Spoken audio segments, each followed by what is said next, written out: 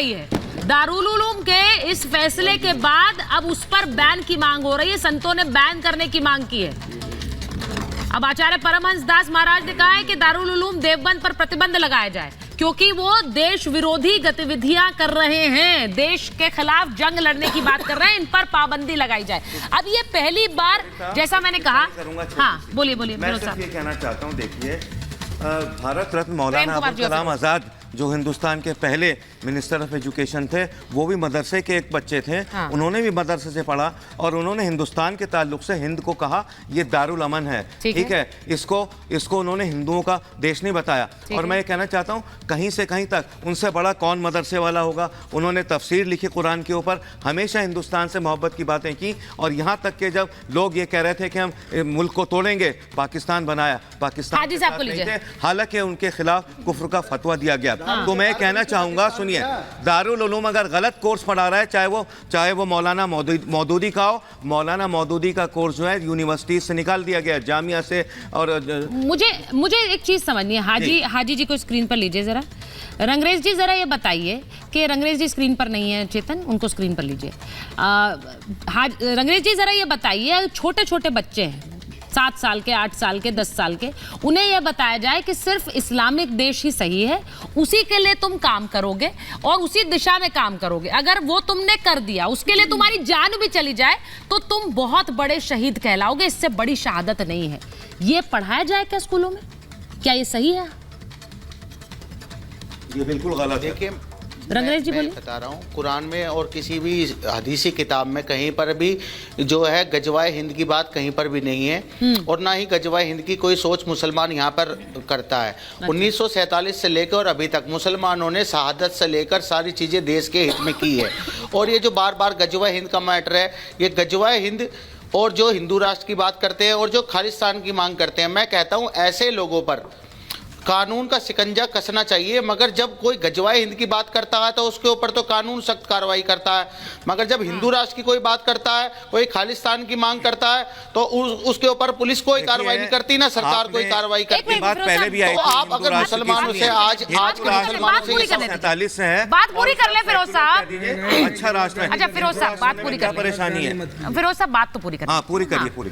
रंगरेज जी, sorry, आप बात पूरी। तो सुचारिता, मैं कहना चाह रहा था, जितनी हमारे मदरसे के लोगों ने जो है देश की आज़ादी में सबसे ज़्यादा योगदान दिया, इंडिया गेट पर कम से कम 65,000 लोगों के नाम लिखे हैं जो मुसलमान हैं, जिन्होंने इस देश के लिए शहादत दी। कोई सवाल नहीं है उस जब पर। हमारे देश के सैनिक वहाँ पर जो उस पर बॉर्डर पर शहीद हो जाते हैं, तो उनको भी शहीद कहा जाता है। अगर हम अपने देश के लिए लड़ेंगे, अगर हम बॉर्डर पे मर जाते हैं, तो हमें शहीद कहा जाएगा।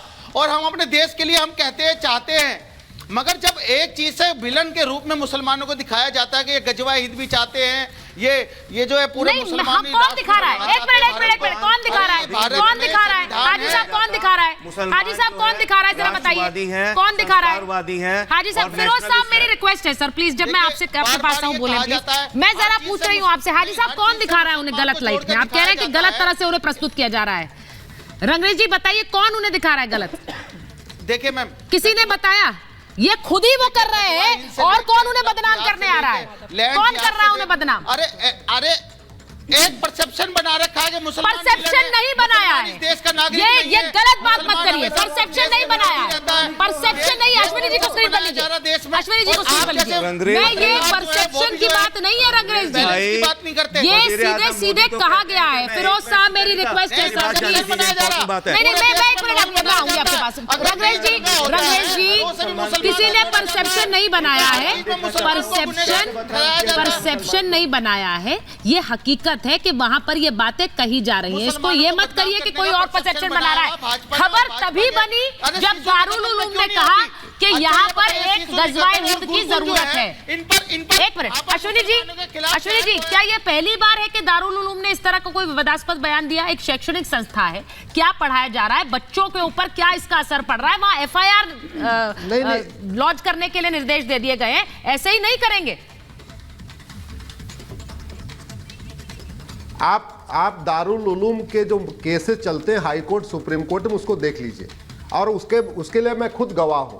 मेरी पीआईएल जो 4 शादी को बैन करने वाली है, हलाला को बैन करने वाली है, मुताह मिस्यार को बैन करने वाली है, दारुल उलूम आया है मेरे खिलाफ, कह रहा है नहीं इनकी पीआईएल खारिज कर दो। इसका मतलब दारुल उलूम चाहता है 4 शादी भी चले, हलाला भी चले, मुताह भी चले, मिस्यार भी चले। इसका सीधा भाई देश की सर्वोच्च अदालत में जो रिटर्न में दिया जा रहा है। अरे शांत रहिए, शांत रहिए पहले। प्लीज, और उसमें दिखाया जाता है कि हाजी साहब उन्होंने कैसे जुल्म किया हिंदू। हाजी साहब एक एक करके बात होगी प्लीज। इस देश में नहीं है। हाजी साहब एक एक करके बात होगी। हाँ बोलिए सुलक्षणा जी।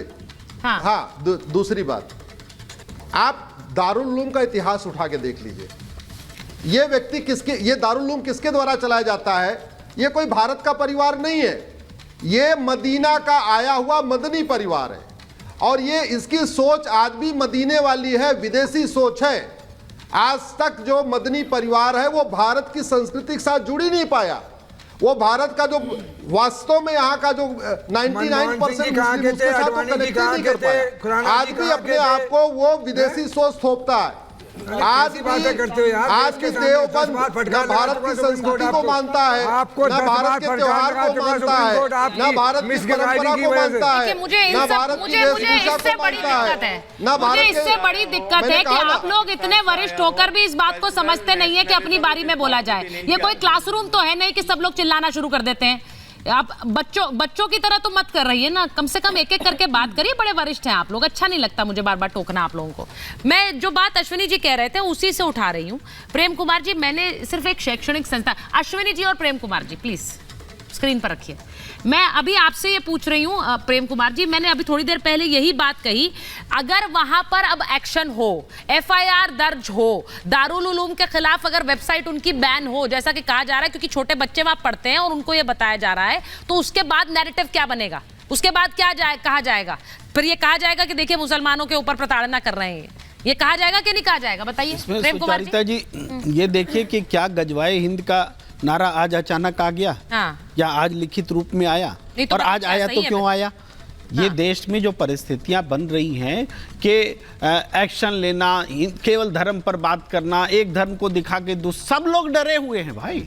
हिंदुओं को मुसलमानों से डर लग रहा है, मुसलमानों को हिंदुओं से डर लग रहा है, भाई सिखों को डर लग रहा है। ये अब हम बोलने लगते हैं तो आप लोग बोलने लगते हैं, ऐसे कैसे चलेगा? अब आप बोलने लग गए, प्लीज बोलने दीजिए, आप ही लोग गाइड करिए। अब बोल रहे हैं, अब वो बोल रहे हैं। आपसे डरता हूँ, मुझे बताइए प्रेम जी। मैं तो आपसे नहीं डरता। मैं और हम की बात नहीं, गलत बात, ये आप गलत, मैं आपसे बहस करने नहीं बैठा हूँ साहब, मैं आपसे बहस नहीं वास्ते गलत। चरिता जी देखिए, मैं जब बोलता हूँ तो लोग बोल रोक देते हैं, ये गलत बात है। प्रेम ये बात ही नहीं करने देते। फिरोज बख्श साहब को वो लोग अपनी बारी में चाहते हैं कि एकदम, वो बस ये कह रहे हैं आप ना उनसे डरते हैं ना वो आपसे डरते हैं। नहीं, कौन सा डर का माहौल है? बात हो ही नहीं रही है ना, यहाँ देश में हिंदुओं का डर मुसलमानों को दिखाया जा रहा है, मुसलमानों को हिंदुओं का डर दिखाया जा रहा है। कोई गजवाए हिंद बोलता है, कोई हिंदू राष्ट्र बोलता है, कोई खालिस्तान बोलता है। ये देश ऐसे एकजुट नहीं रहेगा, ये देश ऐसे एकजुट नहीं रहेगा। देश एकजुट रहेगा सेकुलरिज्म से, जिसके लिए अश्विनी उपाध्याय बोलते हैं सेकुलरिज्म हटा दो। अरे इनकी सारी पीआईएल के विषय में केवल मुसलमान और इस्लाम रहता है। क्या हिंदुओं में सुधार की जरूरत नहीं है? क्या हिंदू धर्म में सुधार आ गया? अश्विनी उपाध्याय के मन में केवल एक धर्म के खिलाफ में नफरत भरी हुई है।